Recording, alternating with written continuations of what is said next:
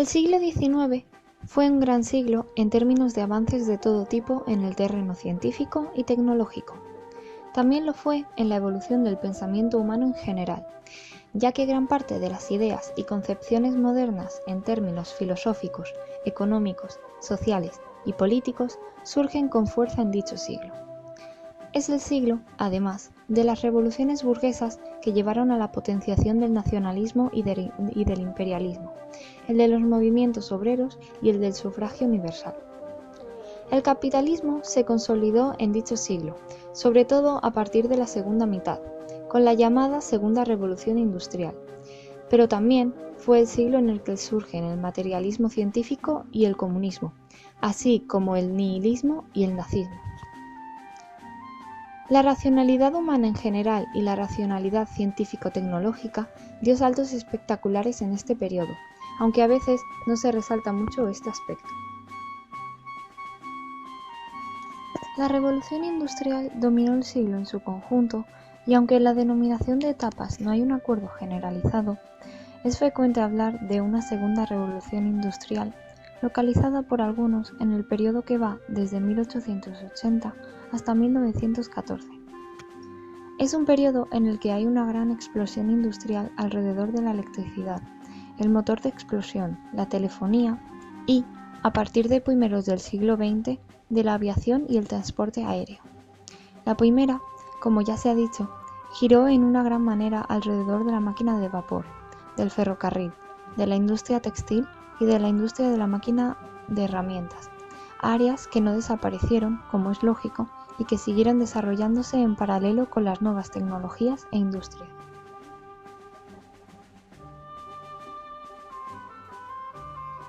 En términos puramente científicos, es la época en la que la ciencia se constituye como profesión, en la que se usa por primera vez el término científico de la mano de William Whewell, teólogo, filósofo y científico británico que hacia 1933 sugirió dicho término para designar a los que hasta entonces se llamaban filósofos naturales. A continuación, vamos a hablar de los inventos y descubrimientos más destacados de la época, los cuales son imprescindibles en nuestro día a día.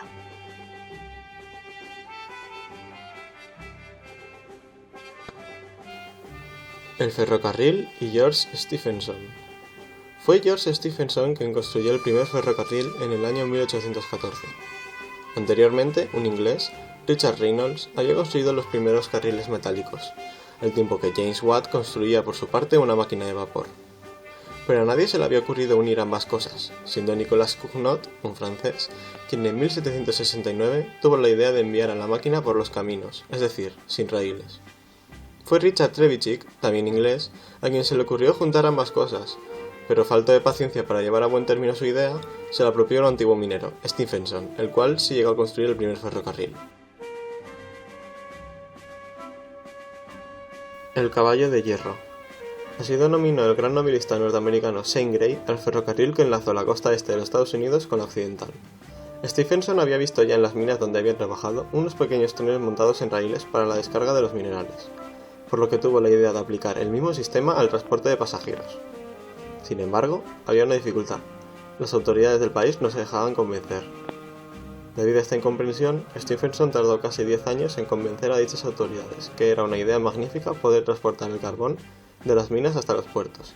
Y así, el 25 de septiembre de 1825, el primer tren del mundo fue desde Stockton a Darlington, a la asombrosa y temible velocidad de 25 km por hora. El trayecto medía 39 kilómetros y el tren se componía de 34 vagones. Delante del tren iba un jinete a caballo, agitando una bandera, para evitar que la gente se asustase y se apartase del paso del convoy. La gran velocidad de 25 km a la hora era tan espantosa que se temía que la gente se desmayase, pues en aquella época se desconocían los efectos de la velocidad sobre el cuerpo. Más de un científico y algún que otro médico habían movido la cabeza con incredulidad, como diciendo: la humanidad se encamina directa al precipicio.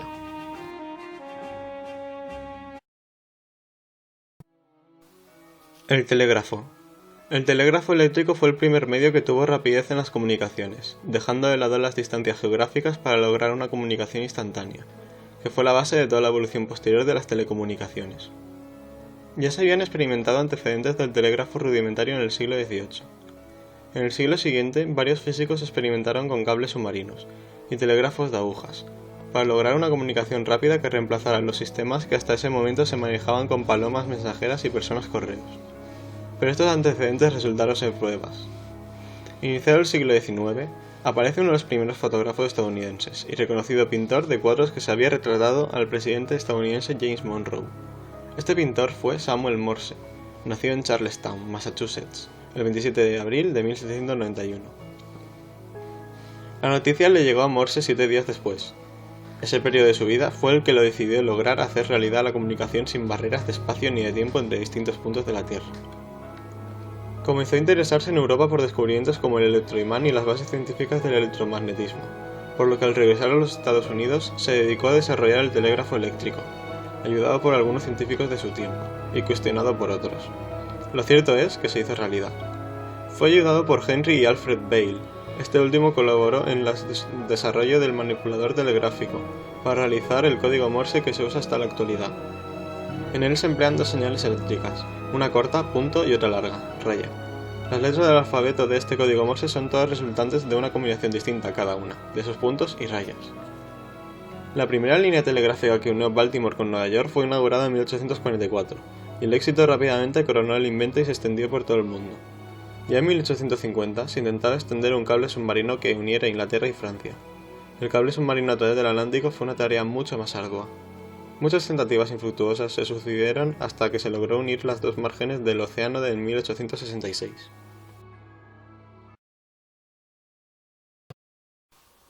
La bombilla. La bombilla incandescente, o bombilla de incandescencia, ha sido el invento eléctrico más utilizado por el hombre hasta este momento. Pese a que la creación de la bombilla incandescente se le atribuye a Thomas Alva Edison, el origen de este invento es anterior y ha sufrido varios cambios significativos durante más de 2 siglos. El origen de la bombilla de incandescencia. La historia de la bombilla incandescente ha estado marcada de un sinfín de patentes, incluso algunas de ellas fueron registradas 50 años antes de la patente que realizaría Edison. La primera vez que apareció el término lámpara incandescente fue en un artículo científico de 1840, que describía un experimento del químico británico Humphrey Davy. El experimento de Davy fue realizado en 1802 y consistía en pasar corriente eléctrica por un hilo de platino unido a 2 hilos de cobre dentro de un recipiente invertido. El fenómeno físico que provocaba crear luz en una bombilla incandescente no ha cambiado. El hilo o filamento, en este caso de platino, se calienta por efecto Joule, consiguiendo temperaturas tan elevadas que empiezan a emitir luz visible.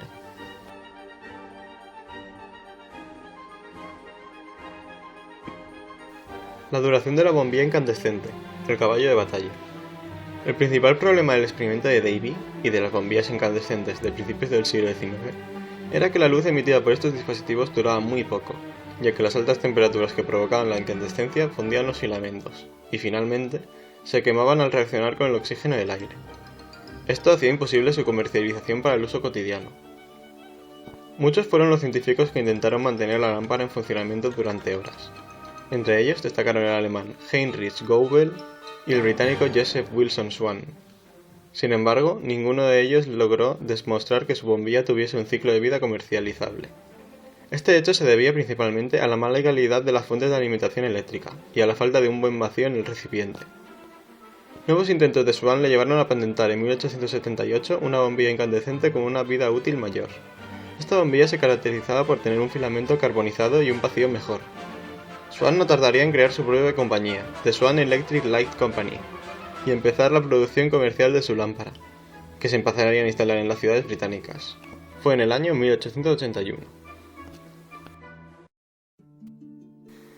El teléfono.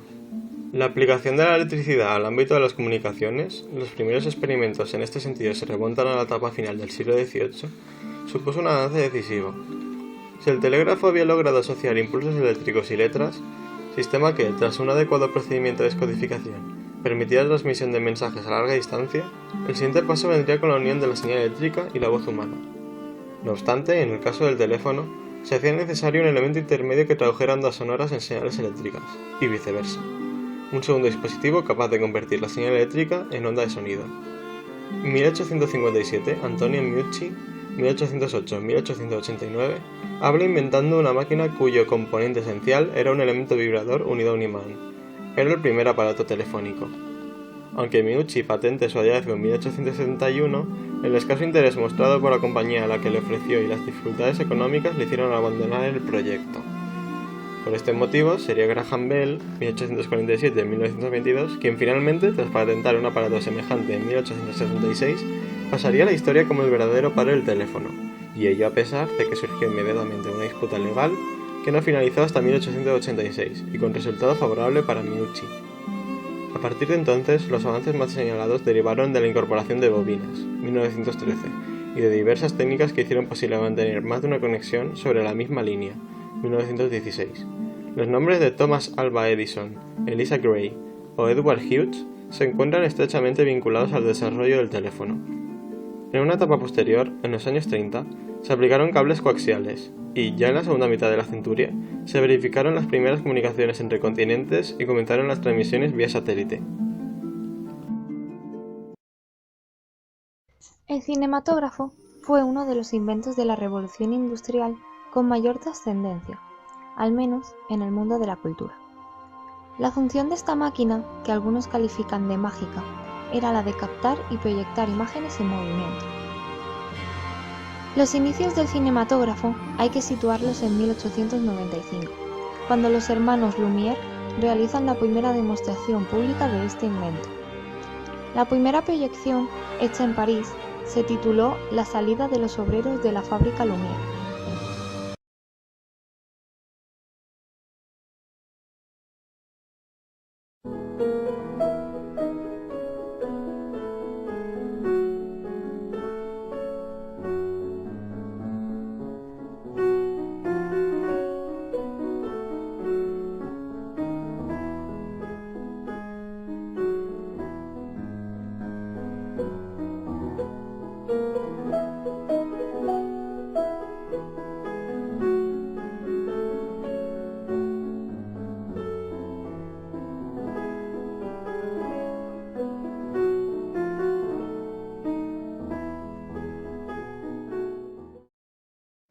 Sin embargo, la que más impresionó al público fue la llegada de un tren, pues causó un gran pánico al hacer creer que el tren se abalanzaba sobre los presentes en la sala.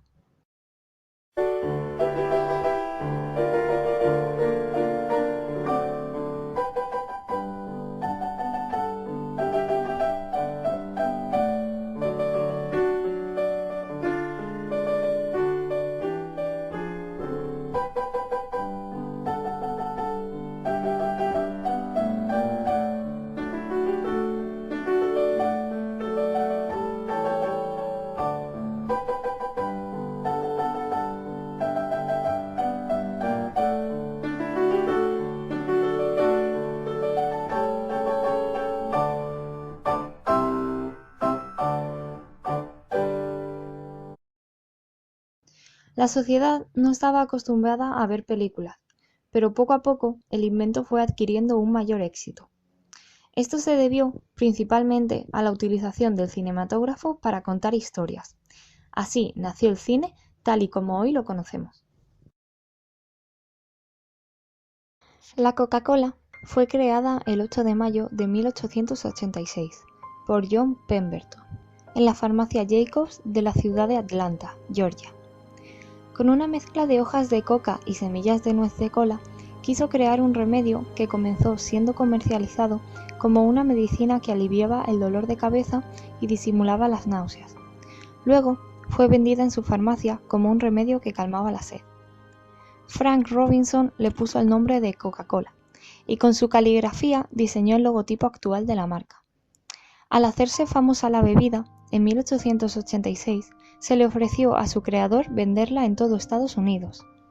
Pemberton aceptó la oferta y se abrieron varias envasadoras en Estados Unidos, y comenzó así con su expansión mundial, hasta llegar a la actualidad. El ácido acetilsalicílico fue sintetizado por primera vez por el químico francés Charles Frédéric en 1853, queriendo mejorar el sabor amargo y otros efectos secundarios del ácido salicílico como la irritación de las paredes de estómago. No obstante, hubo que esperar hasta 1897 para que el farmacéutico alemán Felix Hoffmann, investigador de los laboratorios Bayer, consiguiera sintetizar el ácido acetilsalicílico con gran pureza.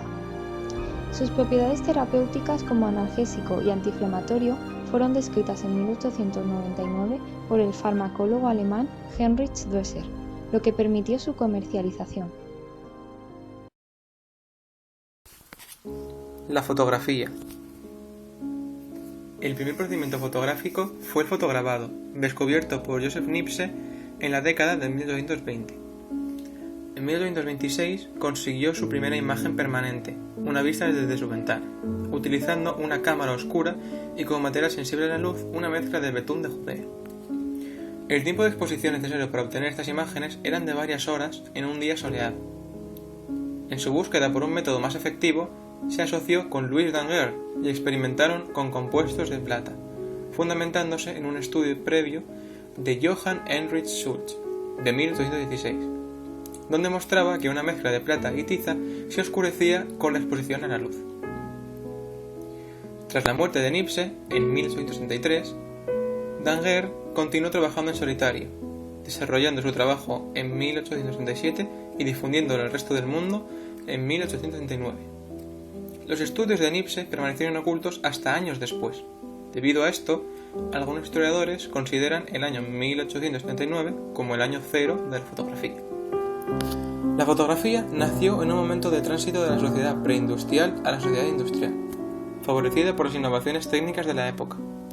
También influyó en su nacimiento la filosofía positivista, que establece que cada elemento de la naturaleza debe ser probado empíricamente. La burguesía es la clase social dominante del momento, que utiliza el retrato como instrumento de autorrepresentación y afirmación de su ascenso social.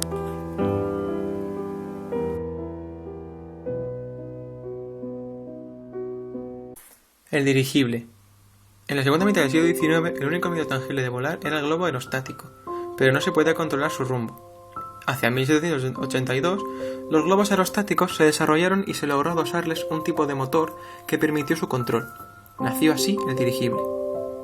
En 1852 fue el ingeniero e inventor francés Henri Giffard quien construyó un aparato no rígido en forma de cigarro y lleno de gas, que se elevó y avanzó en el aire, convirtiéndose así en el primer dirigible exitoso. Su máquina tenía 44 metros de largo y contaba con un propulsor de hélice, accionado por un motor de vapor con la escasa potencia de 2,2 kilovatios, poder que le sirvió para sobrevolar París a unos 10 km por hora y bajar a corta distancia de su punto de partida. Los dirigibles rígidos permitieron realizar viajes aéreos colectivos, y un pequeño grupo de visionarios planeaba la construcción de la mayor aeronave de la historia. Construirían así la primera aerolínea del mundo, realizarían los primeros bombardeos aéreos y durante algún tiempo parecía que el dirigible iba a conquistar los cielos. El comienzo de la Edad de Oro está marcada por el bautismo del Zeppelin, en julio de 1900. Los Zeppelin recibieron su nombre en honor del conde Ferdinand von Zeppelin, que experimentó con diseños de dirigibles rígidos de la década de 1890.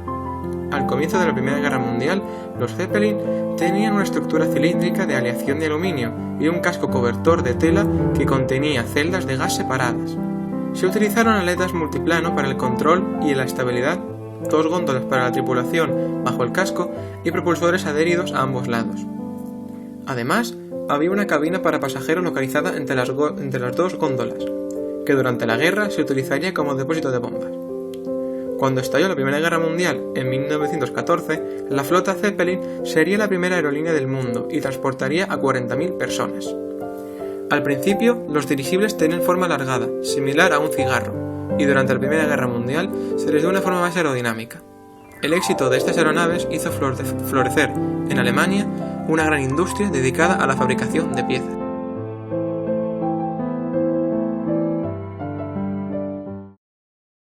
La vacuna.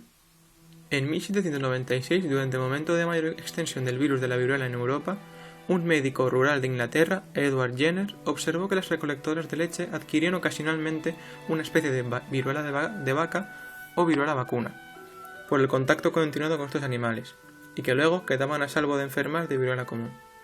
Efectivamente, se ha comprobado que esta viruela vacuna es una variante leve de la mortífera viruela humana. Trabajando sobre este caso de inoculación, Jenner tomó viruela vacuna de la mano de una granjera, insertó este fluido a través de la inyección en el brazo de un niño de 8 años. El pequeño mostró síntomas de la infección de viruela. 48 días más tarde, después de que se hubiera recuperado completamente de la enfermedad, el Dr. Jenner le inyectó al niño otra inyección de viruela humana. Pero esta vez no mostró ningún síntoma o signo de debilidad. Las ventajas del método para las ordeñadoras experimentado por Jenner tenía ventajas sobre la variolización, como la practicaban los chinos, pues esta viruela vacuna no ocasionaba riesgo de muerte ni era foco de contagio a través de las personas vacunadas. Por ello, en algunos textos y cartas, Jenner recomendaba esta práctica para que los padres inocularan a sus hijos pequeños. Casi 2 siglos después, en 1979, la Organización Mundial de la Salud declaró erradicada la viruela en todo el mundo. En 1874, los alemanes instituyeron la primera ley de vacunación, donde se introduce la obligatoriedad de la vacunación contra la viruela a todos los niños en su primer año de vida. Esta medida supuso la intervención del Estado para frenar las nefastas consecuencias de las epidemias de esta terrible enfermedad. En esa misma época, durante la Guerra Franco-Prusiana, se declaró en Francia una grave epidemia que causó la muerte de cerca de 20.000 soldados franceses, mientras que los soldados alemanes bien vacunados solo sufrieron 300 bajas por esta causa.